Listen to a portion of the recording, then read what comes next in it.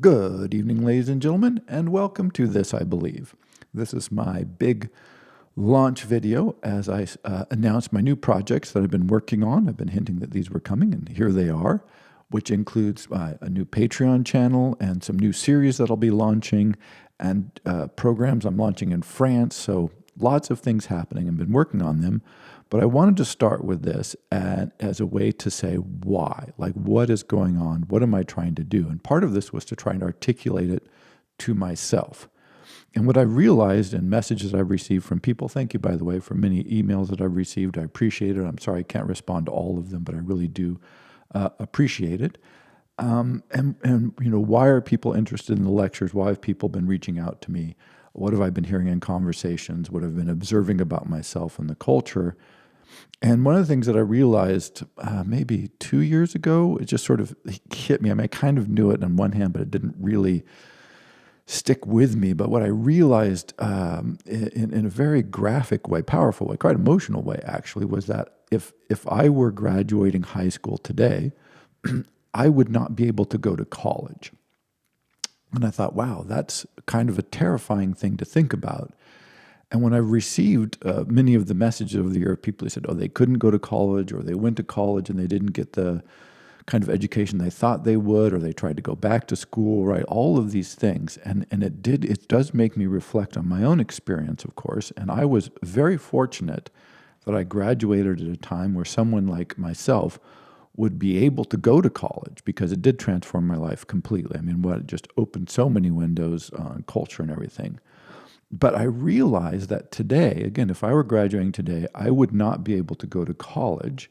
And if I did go to college, the college I went to more or less doesn't exist anymore. So first, why wouldn't I be able to go to college? One, the cost is just wow. So the first semester I was in college, they actually gave me money. I got a Cal grant, which just meant I had no money. So they gave me money to go to college. I didn't pay anything, plus they gave me money. That's crazy, right? Like in retrospect, I realize like that was how fortunate was I to live at a time when that was still existed. But that program actually ended while I was in college. And so my last semester, I had to pay $300. And I thought I was like, this is outrageous, right? Like this is the collapse of Western civilization. Fast forward now. So today I looked at it, and the just tuition would be $7,500. So adjusted for inflation, this is at least 10 or 15 times more than it was when I was in school.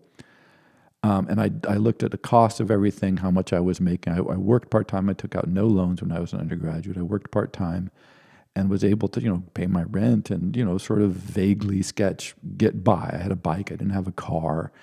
But, I enjoyed myself. I rode my bike to school, went to the library. Life was spectacular, right? It was great.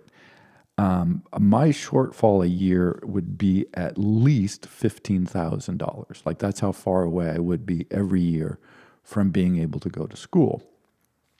And then people say, oh, but yeah, you could get financial aid. And I'm like, see, this is the other hurdle that people, I think, don't realize how much of a barrier has been imposed, which is the administrative hurdle that is now placed between students and actually attending college. On one hand, they say they want students. On the other hand, they produce an immense amount of paperwork and forms and processes that must be successfully gone through for you to be able to attend school. One, personally, my predilection is I'm not good at paperwork, so that would be one barrier. But the other problem is almost all of this paperwork requires the cooperation of your parents. And if you don't have that cooperation now, I did not have it then, you're not going to be able to get financial aid, because you have to have tax forms, and you have to have forms signed, and you have to do all of these processes that allow you then to access even loans, which whether or not that's a good idea is a whole different subject, but at least that would be an option, which would not be an option for me. And I know, because I worked at a college, that there is this thing called where you can declare yourself independent, but this is a nightmare, long process that takes lots of forms and meetings. And again, these are things that I just wouldn't be able to do. I would not have successfully cleared those hurdles. and partly for my own fault. I mean, partly because I'd have zero support and no forms being signed by anybody else, but also because I'm just not the person who's going to clear all those hurdles. Maybe I would have, but it's highly unlikely. And then I would have had this huge mountain of debt and all the problems that associate with that. So basically, I just wouldn't be able to do it. Both the cost and the administrative hurdles between me and an education would have been insurmountable. A second problem, and this is one that I think many people also are experiencing, and for me, and I didn't realize this at the time, but the college that I attended simply doesn't exist anymore or barely exists. Now, I'm definitely pro college. Lots of people, it's a great experience. I encourage people, right? So I don't want to be the anti-higher education guy, but the entire tenor of the institutions have changed. And I lived through this because I was at a college for many years. And I just saw this from a distance. I had the best job at a college anybody could have had because I had no administration and nobody bothered me. So I was wonderful. I just worked with students. Life was great. I was sort of the last outpost in some ways. And I was very fortunate to have that experience. But the rules have changed since I was there. One of the things that's definitely present is the pressure to finish. So there's many states actually cap the units you can take. They start sanctioning you if you take too many units. If you're taking too long, they restrict the classes you can take. They increase your fees. So it's not that it's not expensive enough, but all of a sudden they start adding more expense, right? So it's like, oh, great, thanks a lot. Just what I needed, some more expense on top of my expense. And so there's all of these institutional pressures now to finish in a fast and timely fashion, which means they really want to track you into different programs, specialty programs. Here's your degree. This is what you're doing. We're going to restrict the electives you can take. I mean, I took the most random collection of classes and wandered about the university having a wonderful time. Expanding my mind, meeting great people, having wonderful experiences with no particular direction. And that just is, I don't want to say totally impossible now, but certainly the institution would like to discourage you from pursuing this sort of approach to education. I mean, wow. I mean, so serious. I started as a music composition major, dropped out of that, and took a bunch of art history classes because, if you're not going to do music, you may as well do art or art history because no particular aesthetic capacities. So let's do that. And I ended up getting an English degree because of one professor, that was Dr. Lac Chua. And I took a class with him. I forget why. It looked interesting in the course guide, which was how I took classes. I just looked at the course guide and like, ooh, that looks great. That's how I ended up in Sanskrit. By the way, I thought, oh, who doesn't want to study Sanskrit? That sort of experience. And I took a class with Dr. Chua. And I thought, well, I'm just going to take everything this guy teaches. And I took as many as I could. And then what they said is like, hey, you're close to an English degree. Why didn't you get an English degree? And I'm like, really? I thought I would be closer to a math degree. By the way, talking about taking random classes, I was also taking a bunch of math classes. So I thought, oh, I was going to get a math degree. And they're like, oh, you're closer to an English degree because you've taken all these seminars with Dr. Chua. I'm like, oh, that's a great idea. Let's get an English degree. So now you can't do that. I mean, you can do that. I don't want to say you can't. You can do that, and some institutions are very more welcome to that, but most institutions have you on tracks. They want you to finish. They want you to finish in a timely fashion. And when you have the financial sort of burden pointing at you, this gun pointing at you that says, hey, you're spending $24,000 a year or whatever, thousands of dollars a semester just to be here, like all of a sudden, like you can hear that clock ticking, where I never heard the clock ticking because I just I was poor. I was fine. I had a bike and I was, having a big time. Why would you go anyplace else? That was my theory. So with the pressure to finish, that is one institutional thing that's really changed. And by the way, my school, relatively speaking, is inexpensive. A lot of schools cost a lot more than that today. A second part of that is I didn't realize this at the time.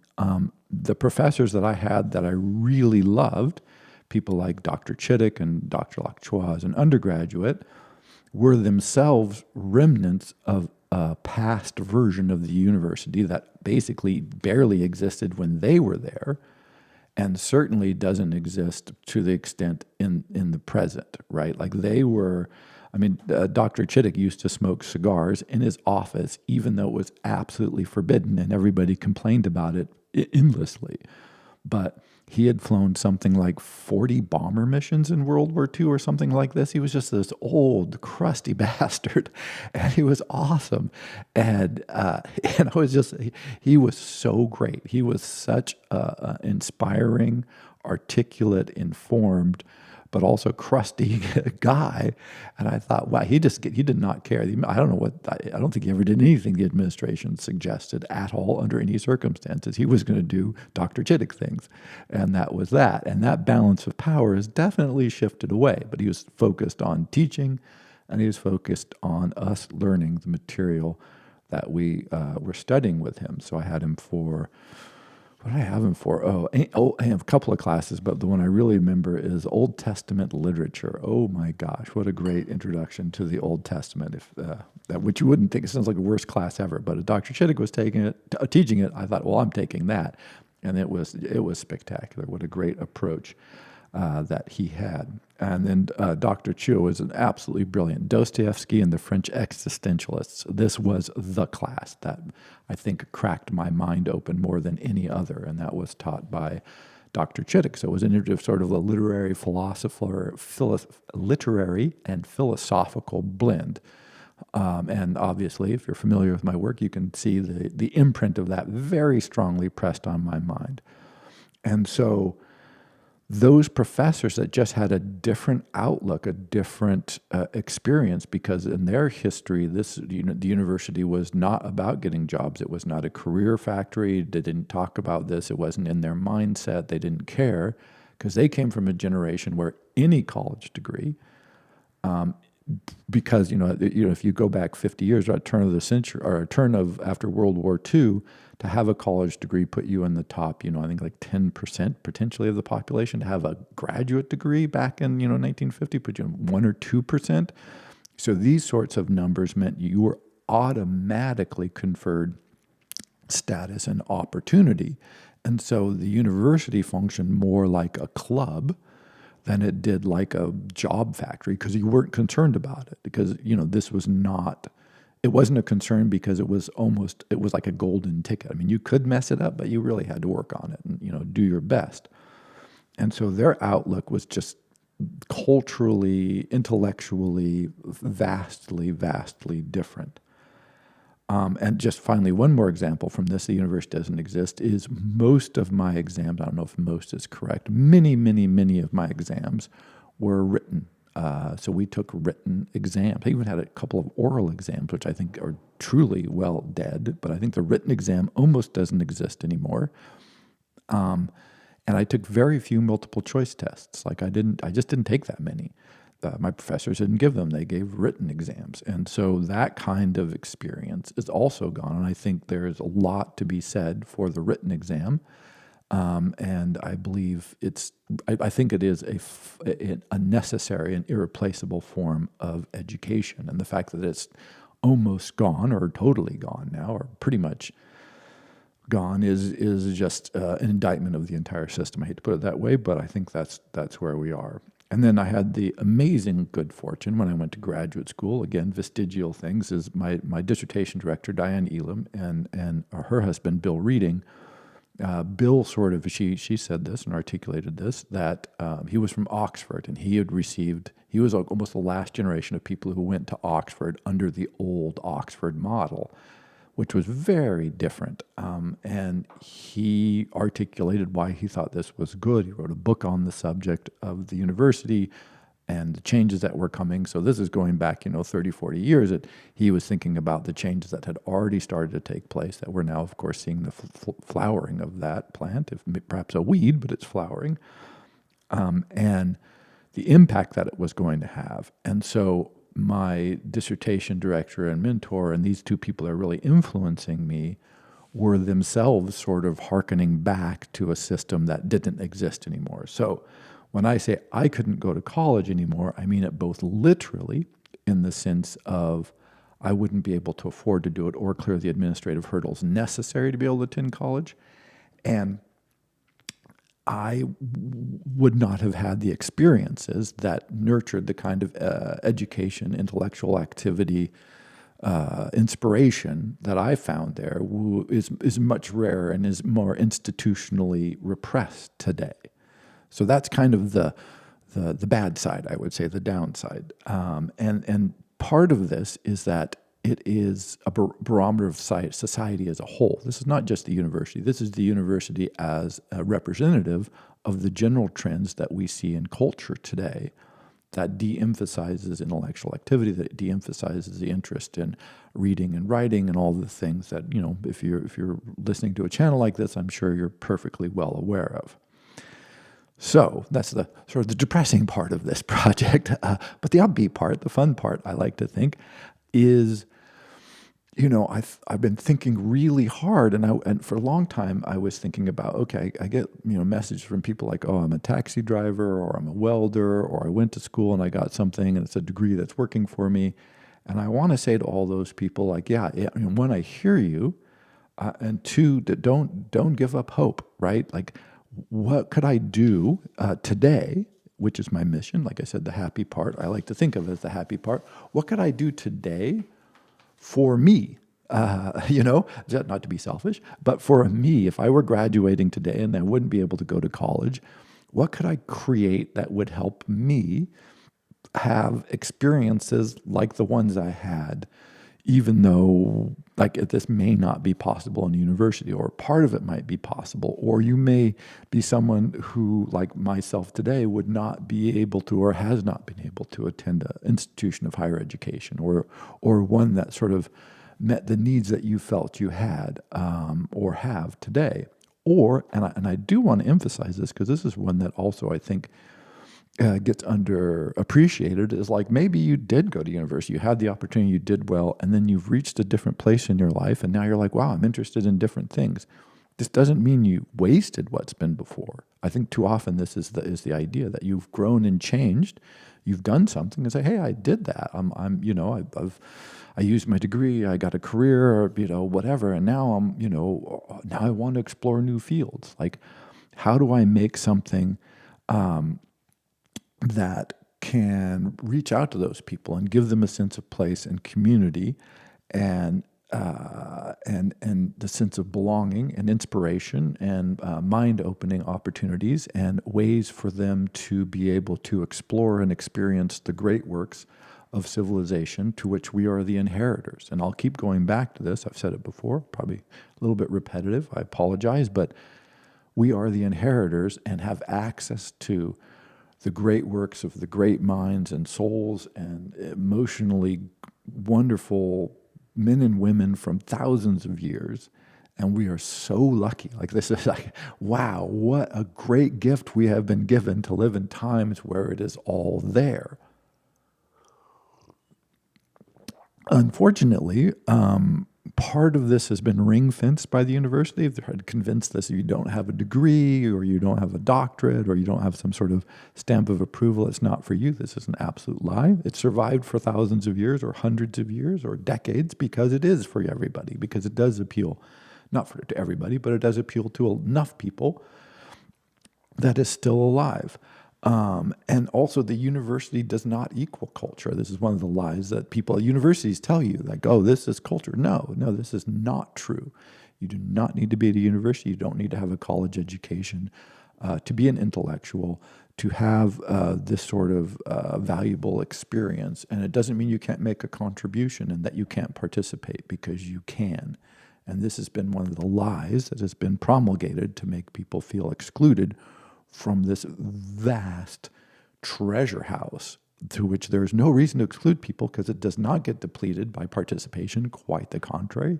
It gets, it adds, right? When more people participate in this great, garden of flowers, then the more flowers that you get, the more wealth is stored up. Like, this is the magic of this tradition of human culture, to which, again, we are the inheritors. And so I want to encourage people to participate. And I think people want to participate And therefore, I'm just always sort of really frustrated when I see these artificial, nonsensical barriers being put up to tell people, oh, you're small, you're the wrong kind of person, you're too old, you're too young, you don't have enough education, you don't speak the language. Like, no, like these barriers don't exist. It's if you have the desire, if you have the will, if it makes you happy, if it gives you joy, if it gives you inspiration, like this wealth, this should be showered upon you, not withdrawn from you. And I think this is part of what's happened in many ways, which, as you will see, is going to come up and become very prominent. So what am I doing about all this? So a couple of things. Again, launching the Patreon channel because it allows more for interaction and sorts a little differently than just the YouTube thing. By the way, but do not fear. The lecture videos will continue to come on YouTube, and if I do my job as I'm hoping to, there will be more of them. So maybe that's good news for people because I'm going to try to increase the pace at which I'm posting. Because again, I'm sort of really I'm committing to this in a good way. Like it's like, okay, let's launch this, let's go, let's do it, let's really see if we can make this thing fly. And so what I'll be launching is I'll be doing launching a lecture series called House of the Intellect, stealing a title from Barzan, which I think we'll talk about because I do think we want a house, we want a home, we want a place to be. So I love that term, House of the Intellect, or really even home of the intellect, because it's a home where we can be. And so I'm stealing Barzan's title, but not doing exactly what he was doing. I just thought it was such a lovely title, and I love Barzan. So I thought, okay, why come up with one? He's got a great one. Let's just use it. And so I think this will be a what and why kind of lecture series that I hope people will like as we explore the kind of contemporary intellectual cultural scene. And then two, and this is really part of the growth. Oh, and by the way, and then on Patreon, I'll have more support material. So there'll be some, suggested readings and, places you can go for research, maybe some questions that you can respond to. So again, trying to move it a little more in the direction of interactivity, participation, rigor, but not rigor in the sense of, making it hard, but rigor in the sense of, this will really, work your mind out in a good way and your heart and again, hopefully provide inspiration. And then I'm going to do a read-along series, and which is, I like the idea of a read-along series because it is just reading along with some great works. And so I think this is hopefully to help model how to read, because it is, when you're reading this way, it is different. It's not a standard way to read when you're reading it at a kind of, high level. It's not very in-depth. And reading difficult works in depth is not what we're generally trained to do, particularly, again, in the modern era where we're trained to read fast and summarize, which is sort of just not good. So, what's the alternative? How would I know what the alternative was if I couldn't go and work with people like Dr. Chittick or Dr. Chua or Bill and Diane? Like where would I learn this? Well, I'm hopefully going to try and model this for good or ill. Hopefully it'll work out and this will be helpful to people, but we can read along. Plus it's nice to read along with people. I mean, I cannot tell you how great the experience was to read some material and then go to class with Dr. Chua and have him go, oh, what did you think? And then we would say some stuff and then he'd go, oh, what about this? And you're like, oh my God, like, okay, I missed that. Let me go back and reread it. And then you just do this over and over again. And then you really you sort of, you get these amazing insights. And so hopefully we can do that together. And so we're going to read along together. And because I'm potentially insane, I thought, let's do Jung's The Red Book. That's madness. So hopefully I'll explain in the introduction to the read along series why I'm choosing that book. Whether it's a good idea, I don't know. But anyway, if you've ever wanted to read some Jung, and or the Red Book, here's your chance because we'll read along together. And again, we'll have some question and answer times and some support material up there. And then finally, for those people who are interested over on Patreon, I will do some updates on my move to France, like what I'm building here. We're redoing the grounds and stuff on a 16th century house here, sort of the classic move to France, have crazy place with grounds, et cetera, and see what's happening and sort of my cultural experiences, which are quite different and enlightening and continually help me feel at least the transition and the cultural you're just in one culture, now you're in another. Not a criticism, but it does allow you to feel striking differences between how different cultures function, what they emphasize, what it's like on a day-to-day level, and all the little crazy and big things and small things that one experiences when doing this. And so if you'd like to see pictures of houses and gardens and building new classroom spaces and establishing kind of a new space and new learning environment in France, then yeah, just come on over. We'd love to see you. But again, the lecture series and the read-along series will definitely be up on YouTube as well. So I don't want to create barriers. Again, do not want to create barriers. That's not what we're about. We're about inviting everybody to participate. So this is basically it. This is what I believe. I really do think that currently a lie has been promulgated and is becoming increasingly difficult to overcome. But no, it's all here for us. It's all here for you. We can do this together, but it's more fun to do it together. And I think that's it. Like, we want to create some sort of sense of community, some sort of sense of participation. And it has helped me so much over the years that people have watched and commented and sent me emails and come to the classes. Like, it really does make you feel like you're not just throwing stones into the Grand Canyon. That occasionally you do get that echo back, and you go, "Wow, that is great." So I do want to say thank you so much to everybody who has been participating, and I do want to let you know that we're going to up the pace and give more opportunities to participate, and really continue with this and launch another experiment. And as if people, longtime viewers know, I keep trying experiments. Another experiment. And how do we grow and enrich and provide opportunities for people to pursue just, I guess, a different way and outlook in the world, one that sees the riches and the abundance of the intellectual and cultural and artistic history of mankind as an endless field in which we can play together. And that's kind of the what I believe and the invitation I want to extend, because I do think together we can do this and it'll be wonderful. So hope you join me on this journey and will enjoy it, and look for not just this material, but there'll be even more material coming very soon. So thank you very much, and I hope to see you over on Patreon.